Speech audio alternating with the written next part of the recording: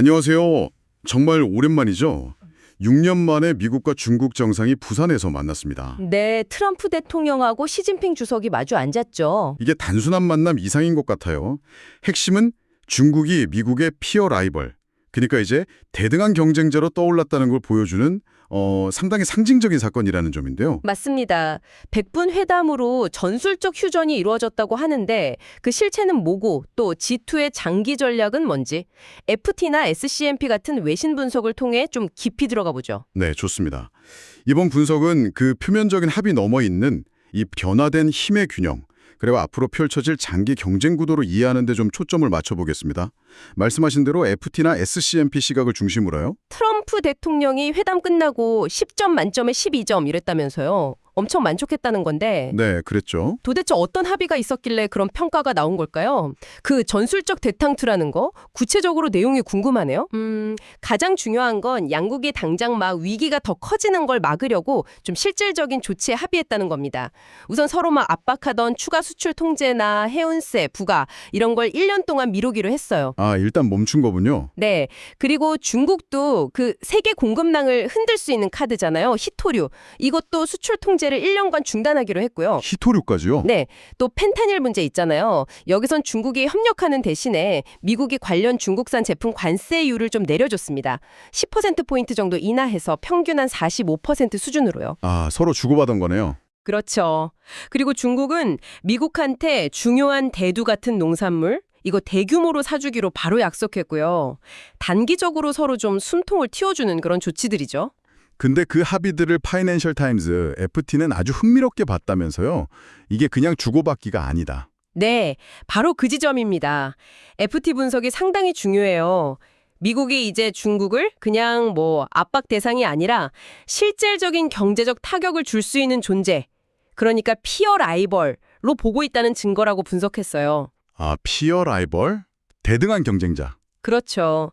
트럼프 일기 때처럼 미국이 막 밀어붙이기 어렵고 이제 중국이 미국의 공세를 교착 상태로 만들 힘이 있다. 이걸 확인했다는 거죠.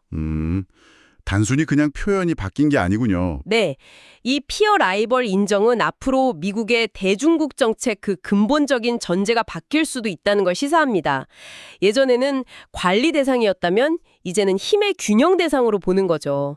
이게 중요한 분기점일 수 있어요. 그러고 보니 시 주석이 트럼프 대통령한테 미중 관계를 거대한 배 항해에 비유하면서 좀 동등한 위치를 강조했다는 이야기도 있더라고요. 맞아요. 그것도 이런 변화된 힘의 균형을 딱 보여주는 발언이죠. 중국의 위상이 그만큼 높아졌다는 걸 스스로 확인시켜준 셈이에요. FT가 이렇게 피어 라이벌 부상에 주목했다면 사우스 차이나 모닝 포스트, SCMP는 좀 다른 걸 봤다고요? 네, 맞습니다.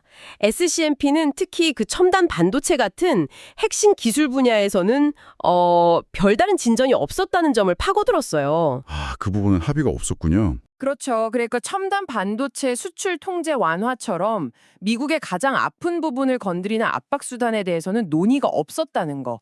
이게 뭘 의미하냐면 중국 역시 미국의 기술 압박에 쉽게 안 물러서고 기술 자립 노선을 더 강하게 밀고 나가겠다는 의지를 보여준 거라고 해석을 한 거죠. 기술 자립. 그리고 또 하나 양 정상이 대만 문제 있잖아요. 엄청 민감한. 네.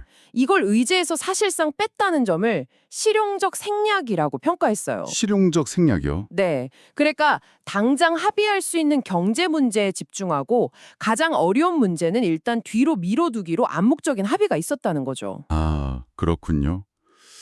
양쪽 외신 분석을 종합해보면 이번 회담이 겉으로는 좀 괜찮아 보였지만 근본적인 문제 해결하고는 거리가 멀었네요.